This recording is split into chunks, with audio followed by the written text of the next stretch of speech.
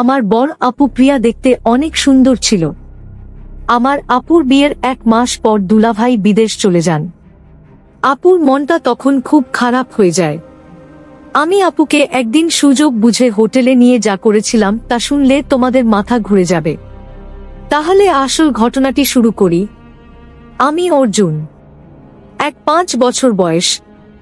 আমার একমাত্র বড় বোন প্রিয়া, বয়স 1 বছর। 2 মাস আগে প্রিয়া আপুর বিয়ে হয়েছে। দুলাভাই বিদেশে থাকে। বিয়ে করার জন্য 2 মাস আগে দেশে এসেছে। প্রিয়া আপুকে দেখে তার পছন্দ হয়েছে, তাই দেরি না করেই তড়িঘড়ি করে বিয়ে করেছে। আমাদের অর্থনৈতিক অবস্থা খুব বেশি ভালো না। বাবা একটি ছোট বেসরকারি প্রতিষ্ঠানে কাজ করেন।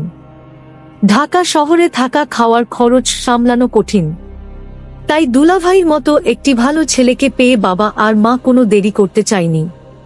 প্রিয়া আপু বিয়েতে খুব খুশি ছিল, কিন্তু দেখতে দেখতে 3 মাস পার হয়ে গেল, আর দুলাভাইয়ের বিদেশ যাওয়ার সময় হয়ে গেল। বিয়ের 2 মাসের মধ্যেই স্বামী বিদেশে চলে যাবে। তাই প্রিয়া আপু ভীষণভাবে ভেঙে পড়ল। তাই দুলাভাই সিদ্ধান্ত নিল যে 1 বছর পরেই দুলাভাই দেশে ফিরে আসবে, আর এই 1 বছর প্রিয়া আপু তার বাপের বাড়িতে থাকবে। দুলাভাইয়ের বাড়ি ঈশ্বরগঞ্জ জেলাতে। তাই বিদেশে যাওয়ার 1 সপ্তাহ আগেই প্রিয়া আপুকে সাথে নিয়ে ঢাকাতে আমাদের বাসায় চলে আসলো।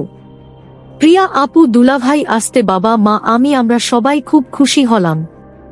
দুলাভাই আর প্রিয়া আপুর সাথে আমি খুব আনন্দের সাথে সময় কাটাতে লাগলাম। আমাকে দেখে আপু একটি মুচকি হাসি দিল। কাপুর মুচকি হাসিতে আমার সাহস আরো বেড়ে গেল। আমি আপনাকে বললাম, আপু তুমি আমাকে দেখে হাসছ কেন? আপু বলল, ভাই রে, এটা তো হাসি না, এটা আমার অন্তরের কান্না। আমি জিজ্ঞেস করলাম, কেন, কি হয়েছে? আপু বলল, তোর দুলাভাই বিদেশ চলে যাবে, এই কষ্টে আমি হাসছি। আর এই হাসির ভিতরে লুকিয়ে আছে আমার কান্না। দুলাভাই বিদেশ যাওয়ার আগের রাতে আমি যা দেখলাম তা আমি ভুলতে পারছি না। আপুর রুমে কি হচ্ছিল আমি তা দেখেছিলাম, আর আমি তো এখনো ভুলতে পারছি না। গতকালের দৃশ্য আমার মনে পড়তে আমার ভীষণ ভয় লাগছিল। গতকাল রাতে আপু আমাকে কিছু বলেনি, কিন্তু আজকে আমি আপুর সামনে দাঁড়াবো কিভাবে? আজকে আপু আমাকে কি বলবে? এসব ভাবতে ভাবতে আমার মাথাটা আরো ভারী হয়ে আসছিল। তখনই আমার মা চিৎকার করে আমাকে সকালের নাস্তা করার জন্য ডাক দিল। আজকে দুলাভাই বিদেশে চলে যাবে, তাই বাবাও আজ বাড়িতে আছে। আমি আমার রুম থেকে বাইরে এসে দেখি বাবা মা দুলাভাই আর প্রিয়া আপু ডাইনিং টেবিলে বসে আছে। আমি মাথা নিচু করে এগিয়ে গিয়ে নাস্তা করতে বললাম। আমি ভয় করছিলাম যে কখন যেন প্রিয়া আপু গতকাল রাতের প্রসঙ্গ তুলে সবার সামনে আমাকে বকা দিবে, কিন্তু তেমন কিছুই হলো না। প্রিয়া আপু একদম স্বাভাবিক ছিল। আপুর আচরণ দেখে মনে হচ্ছিল যেন গতকাল রাতে কিছুই হয়নি। আপুর আচরণ দেখে আমি স্বস্তি পেলাম। দুলাভাই বিদেশে চলে গেল। প্রিয়া আপু সারাদিন মন খারাপ করে থাকল। সেদিন রাতে প্রায় 1:30-2টার দিকে আমি আমার রুম থেকে বাইরে এসে দেখি প্রিয়া আপুর রুমের জানালা খোলা আর রুমের ভিতরে লাইট জ্বলছে। আমি এগিয়ে গিয়ে আপুর রুমের জানালায় দাঁড়ালাম। জানালার পর্দাটা একটু সরিয়ে দিয়ে দেখলাম আপু বিছানায় বসে বই পড়ছে। আমি জানালায় দাঁড়িয়ে আপুকে দেখলাম। আপুর মনটা ভীষণ খারাপ হয়ে আছে। বই পড়তে পড়তে আপু জানালার দিকে তাকিয়ে দেখল আমি সেখানে দাঁড়িয়ে আছি। আমাকে কিছু না বলে আপু আবার বই পড়তে লাগলো। বই পড়তে পড়তে আপু বারবার আমাকে দেখছিল, আর মনে হলো বোন আমার কান্না করছে। আমিও চুপচাপ দাঁড়িয়ে দেখছিলাম। বেশ কিছুক্ষণ পরে আপু বিছানা থেকে নেমে হাতের বইটা টেবিলে রেখে জানালার কাছে আমার সামনে এসে দাঁড়াল। আপু আমার চোখের দিকে তাকিয়ে বলল, কি রে, কিছু বলবি? আমি থতমত খেয়ে বললাম, আপু তুমি ঠিক আছো? আপু সুন্দর একটি হাসি দিয়ে বলল, হ্যাঁ আমি ঠিক আছি। অনেক রাত হয়েছে, এখন রুমে গিয়ে ঘুমিয়ে পড়। আমি বললাম, তুমি কি এখনই ঘুমাবো? আপু বলল, হ্যাঁ তুইও গিয়ে ঘুমিয়ে পড়। আমি বললাম আগে তুমি শুয়ে পড় আপু, তারপরে আমি যাচ্ছি। আপু আর কিছু না বলে একটি মুচকি হাসি দিয়ে রুমের লাইট বন্ধ করে বিছানায় শুয়ে পড়ল। আমিও আমার রুমে শুয়ে পড়লাম, কিন্তু কিছুতেই ঘুম আসছিল না। বারবার আপনার কথা মনে আসছিল। আপু দুলাভাইয়ের জন্য কান্না করছে। সকালে উঠে আবার সবকিছু স্বাভাবিক। দিনের বেলায় আপু কখনো রাতের বিষয়ে কোনো কথা বলতো না। দিনের আপু আর রাতের আপু যে সম্পূর্ণ আলাদা। আমিও কখনো দিনের বেলায় রাতের বিষয়ে কথা বলতাম না। এভাবেই আমাদের দিন কাটতে লাগলো। দিনের বেলায় আমরা দুই ভাইবোন স্বাভাবিক আচরণ করতাম, কিন্তু প্রতিদিন রাতে আমি আপুর রুমের জানালায় গিয়ে আপুকে দেখতাম। কোনোদিন আপু জেগে থেকে বই পড়তে বা টিভি দেখত, আবার কোনোদিন আমি যাওয়ার আগে আপু রুমের লাইট বন্ধ করে ঘুমিয়ে পড়ত। প্রায় ৬-৭ দিন পরে একদিন রাতে আমি প্রিয়া আপুর রুমের জানালায় গিয়ে দেখলাম আপুর রুমের লাইট জ্বলছে, কিন্তু রুমে আপ নাই। আমি রুমের চারিদিকে তাকিয়ে দেখলাম আপু কোথাও নাই। হঠাৎ আপু রুমের বাথরুমের দরজা খুলে গেল। আপু বাথরুম থেকে বাহির হয়ে আসলো। আমি বললাম আমার ঘুম আসছে না আপু। আপু বলল বেশি রাত জাগা শরীরের জন্য ভালো না, জাগিয়ে শুয়ে পড়ো। পরের দিন আমার বাবা আর মা সারা দিন চাচার বাসায় থাকবে, রাতে ফিরবে। আজকে শুধু আমরা দুই ভাইবোন বাসায় থাকব। তখনই প্রিয়া আপু আমার রুমে এসে বলল কি করছিস অর্জুন? আমি বললাম কিছু না আপু, এমনি বসে আছি। আপু বলল আজকে কি তোর কোনো কাজ আছে? আমি বললাম না আপু, আমার কোনো কাজ নেই। আজকে সারাদিন আমি তোমার সাথে গল্প করব ভেবেছিলাম, যদি তুমি ব্যস্ত না থাকো। আপু বলল আচ্ছা, তাহলে তুই গোসল করে ফ্রেশ হয়ে আমার রুমে আয়। আমি বললাম ঠিক আছে আপু, আমি গোসল করে তোমার রুমে আসছি। আপু চলে যেতে আমি তাড়াতাড়ি গোসল করে আপুর রুমে গেলাম। আপুর রুমের দরজা খোলা ছিল। আমি আপুর রুমের ভিতরে ঢুকে দেখলাম আপুর রুমে নেই। খেয়াল করলাম আপনি।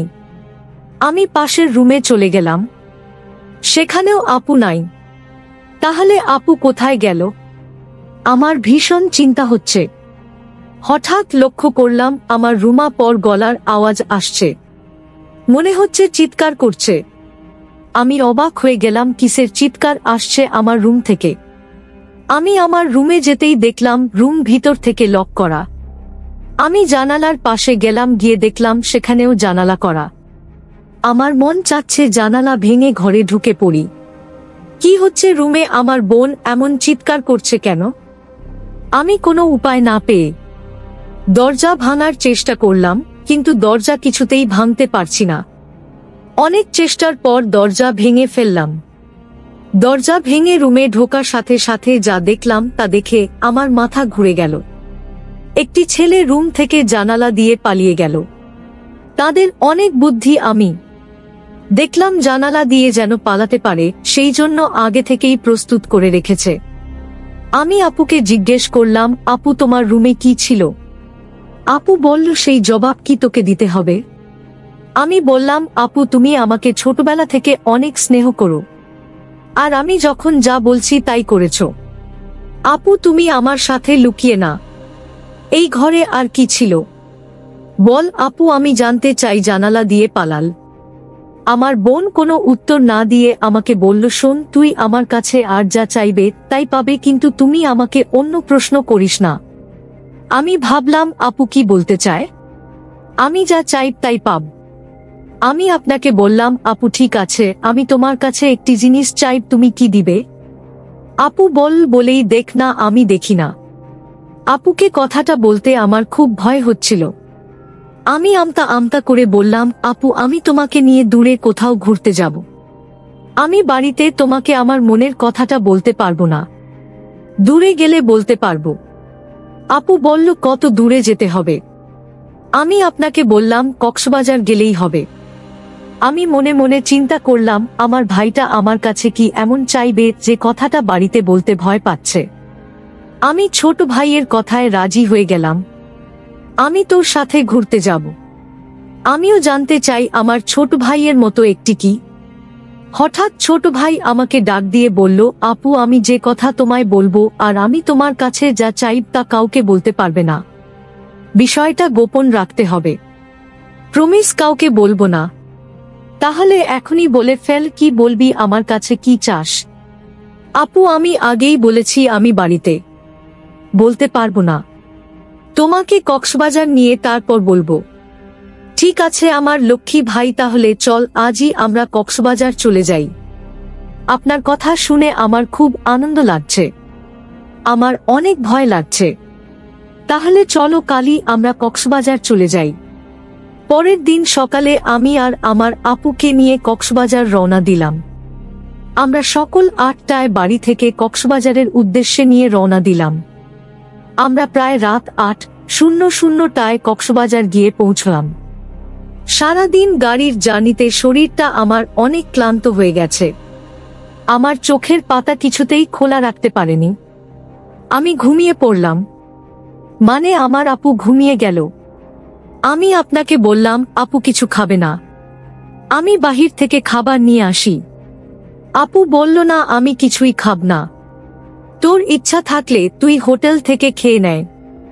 আমি বললাম আপু তোমাকে রেখে আমি কি খাইতে পারবো? আপু বল ডিস্টার্ব করিস না, আমি ঘুমাব, তুই যা পারিস না করে। বেন বেন করিস না, কাল কথা হবে, এখন ঘুমাও। আপুকে ঘুমের মধ্যে অনেক সুন্দর লাগছিল। আমিও ক্লান্ত শরীর নিয়ে ঘুমিয়ে পড়লাম। পরের দিন সকালে ঘুম থেকে উঠে আমরা সমুদ্র সৈকতে ঘুরতে গেলাম। সারাদিন ঘুরলাম। এবার আপু আমায় প্রশ্ন করল, আচ্ছা অর্জুন তুই কি ভুলে গেছিস? তুই আমাকে কেন কক্সবাজার নিয়ে আসি? আরে আপু ভুলি নাই, আজ রাতে বলবো। আপু যদি তুমি আমার কথা না রাখ তাহলে আমি কিন্তু এদিনের রাতের ঘটনা ফাঁস করে দেব। আপু তখন আমার দিকে রাগান্বিত চোখে তাকিয়ে বলল, অর্জুন আমি কিনা করেছি তোর কথা রাখবো না? তারপর সন্ধ্যা হয়ে আসছে। আমি আপনাকে বললাম আপু চলো হোটেলে যাই, রাতের খাবার হোটেলে খেয়ে তারপর আজ আমরা হোটেলেই থাকব। আপু তখন বলল, হোটেলে কেন? এখানে তো দুই ভাইয়ের ছোট ভাইয়ের বাসায় থাকতে পারি, আর আমরা তো গতকাল এখানে ছিলাম। আমরা কেন শুধু শুধু তথা ভাড়া দিয়ে হোটেলে থাকব? আমি বললাম, হোটেল না থাকলে যে আমার মনের কথাটা বলতে পারবো না আপু। আপু তখন বলল, ঠিক আছে তুই যা বলবি তাই হবে। তারপর আমরা একটি হোটেলে গিয়ে উঠলাম। আমি আপুকে যে কথাটা বলবো সেই কথা শুনে আপু কি আমার প্রতি রাগ করবে, আমি এসব চিন্তা করছিলাম। আপু আমায় বলল, অর্জুন তুই কি চিন্তা করছিস? আমি আপনাকে বললাম আপু আমি যে কথাটা বলবো তা শুনলে তুমি রাগ করবে না তো? আপু বলল, আমি কতবার বলবো আমি রাগ করব না, আমি কাউকে কিছু বলবো না, তুই নির্ভয়ে আমাকে তোর মনের কথা বলতে পারিস। আপনার কথা শুনে আমি কিছুটা সাহস পেলাম। আমি আপনাকে বললাম, আপু আমি ছোটবেলা থেকেই তোমাকে অনেক পছন্দ করি, আর দুলাভাই বিদেশ যাওয়ার পর থেকে আমি লক্ষ্য করছি তুমি সব সময় মনমরা হয়ে থাকো। আমি তোমার কষ্ট বুঝি, তুমি চাইলে তোমার কষ্ট আমি দূর করে দিব। আপু বলল, তুই আমার কষ্ট বুঝিস? আরে আপু ছোট থেকে আমরা একসাথে বড় হয়েছি, আমি তোমার মনের কথা বুঝবে কি বুঝবে? আমি জানি তোমার ভিতর কিসের অভাব কাজ করছে। ছোট ভাইয়ের কথা শুনে আমি কিছুটা আশ্চর্য হলাম। বলে কি সে আমার মনের খবর সব জানে? আচ্ছা বেশি কথা না বলে তুই বল আমার কাছে কি চাস? আপু আমি ছোটবেলা থেকেই তোমাকে আমার পছন্দ, আর তাই আমি তোমার সাথে। বল থেমে গেলে কেন? আমার সাথে কি? আপু আসলে আমার বলতে খুব ভয় লাগছে। আরে বাবা এত ভয় করলে কি চলে, কি বলতে চাস বলে ফেলে। আপু আমার রুম থেকে যে একটি ছেলে পালিয়ে গেছিল সে কি ছিল আপু? আর এ হচ্ছে আমার স্কুল ফ্রেন্ডস। তার সাথে তুমি কি করছিলে আপু? আপু বল আমি বলতে পারবো না। তুই কি বোকা, কিছুই বুঝিস না?